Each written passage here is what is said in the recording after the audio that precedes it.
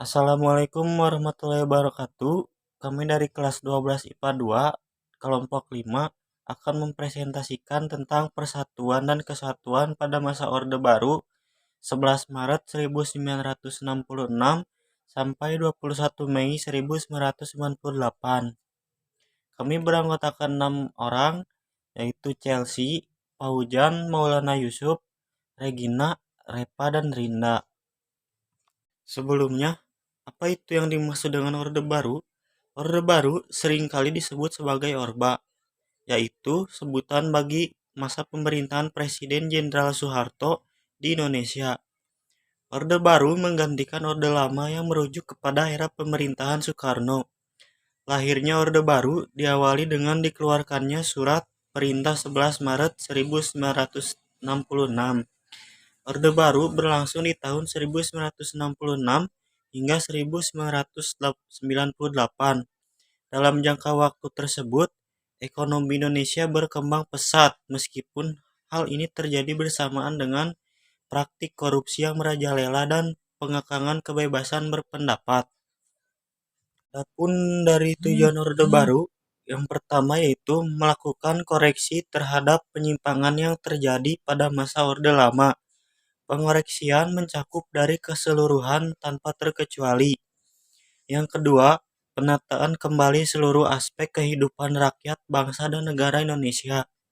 Yang ketiga, menerapkan Pancasila dan Undang-Undang Dasar 1945 secara murni dan konsekuen. Dan yang keempat, membangkitkan kembali kekuatan bangsa Indonesia. Tujuan dari hal ini adalah mengembalikan stabilitas nasional serta mempercepat proses pembangunan terutama dalam sektor ekonomi. Sekian dari saya.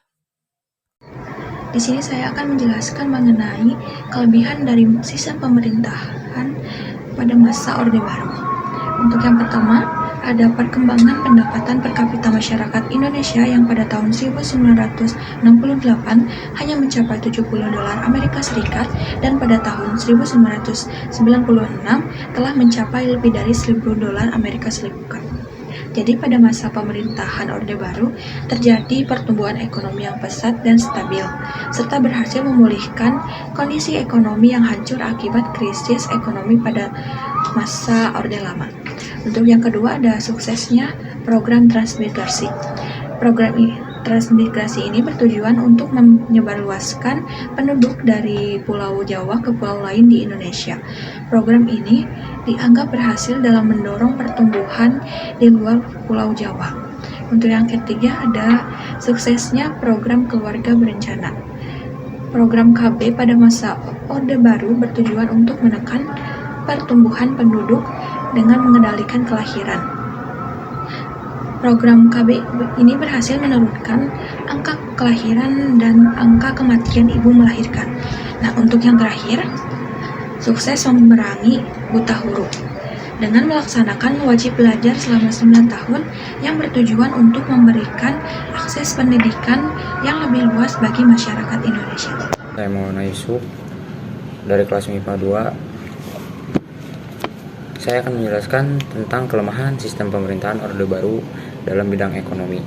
Yang satu adalah proyek-proyek mega yang tidak merata.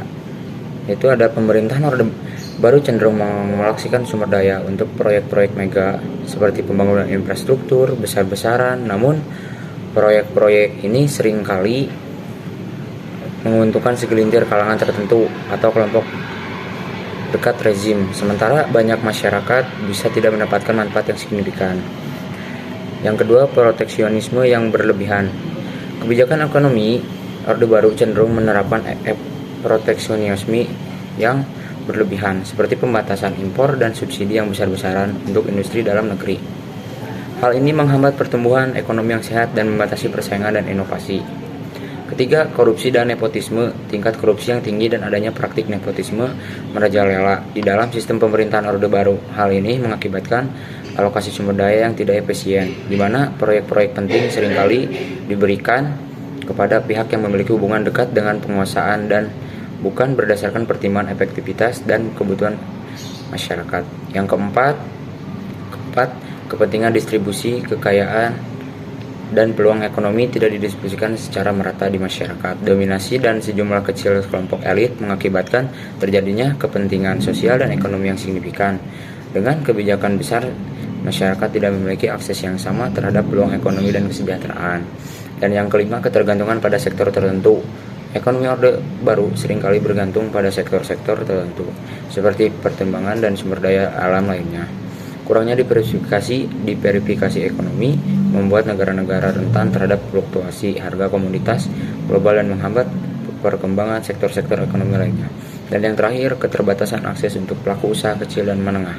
Konglomerat besar yang memiliki hubungan dekat dengan pemerintah mendominasi banyak sektor ekonomi. Hal ini menghambat perkembangan pelaku usaha kecil dan menengah yang tidak memiliki akses atau dukungan yang sama, sehingga mempersempit ruang bagi persaingan dan sehat dan inovasi di pasar. Terima kasih. Jadi saya di sini akan menjelaskan kelemahan sistem pemerintahan Orde Baru dalam bidang politik. Yang pertama ada banyak terjadi pelanggaran hak asasi manusia. Pelanggaran hak asasi manusia menggambarkan kelemahan era Orde Baru. Banyak peristiwa pelanggaran HAM selama masa Orde Baru, seperti penembakan misterius, pembungkaman aktivis, tragedi 1998, peristiwa Tanjung Priok, dan masih banyak yang lainnya. Peristiwa ini juga memakan banyak korban jiwa. Nah, yang kedua ada maraknya KKN atau korupsi, kolusi, dan nepotisme. Ini pernah terjadi pada pemerintahan Orde Baru. KKN tentunya memberikan dampak negatif bagi Indonesia, khususnya di bidang politik, ekonomi, dan moneter. Praktek KKN dapat dilihat dari tingginya kebocoran dana pembangunan pada 1989 sampai 1993 yang mencapai 30-45%. Yang ketiga ada otoritarianisme. Dan yang keempat ada pemberadalan pers. Nah, pada masa Orde Baru, pers berharap agar keberadaan mereka lebih dibebaskan dibanding sebelumnya saat Orde Lama. Kebebasan tersebut diperoleh setelah pemerintahan Orde Baru mengeluarkan Undang-Undang Nomor 11 Tahun 1966 tentang prinsip-prinsip dasar pers. Saya Chelsea Alicia. Di sini saya akan menjelaskan tentang kelemahan di bidang hukum. Yaitu yang pertama adalah perundang-undangan yang mempunyai fungsi untuk membatasi kekuasaan presiden yang kurang memadai, sehingga kesempatan ini memberi peluang untuk terjadinya praktik KKN dalam pemerintahan. Yang kedua adalah supremasi hukum yang tidak dapat ditegakkan karena banyaknya oknum penegak hukum yang cenderung memihak pada orang yang tertentu sesuai kepentingan. Yang ketiga adalah hukum yang bersifat kebal terhadap penguasa dan konglomerat yang dekat dengan penguasa. Di sini saya Regina Sagita akan memaparkan kesimpulan dari masa Orde Baru. Nah, jadi masa Orde Baru ini berkeinginan melaksanakan Pancasila dan Undang-Undang Dasar 1945 secara murni dan konsekuen. Masa Orde Baru merencanakan dan melakukan program pembangunan ekonomi di segala bidang untuk memperbaiki keadaan bangsa Indonesia. Dan pada akhir tahun 1980 dan 1990, pembangunan ekonomi berubah menjadi sistem mercusuar dan panglima. Akibat dari diubahnya menjadi sistem kedua itu, karena kesenjangan ekonomi terjadi antara pusat dan daerah serta KKN semakin merajalela di tubuh pemerintahan. Sekian presentasi dari kelompok kami. Mohon maaf apabila masih banyak kekurangan. Terima kasih. Wassalamualaikum warahmatullahi wabarakatuh.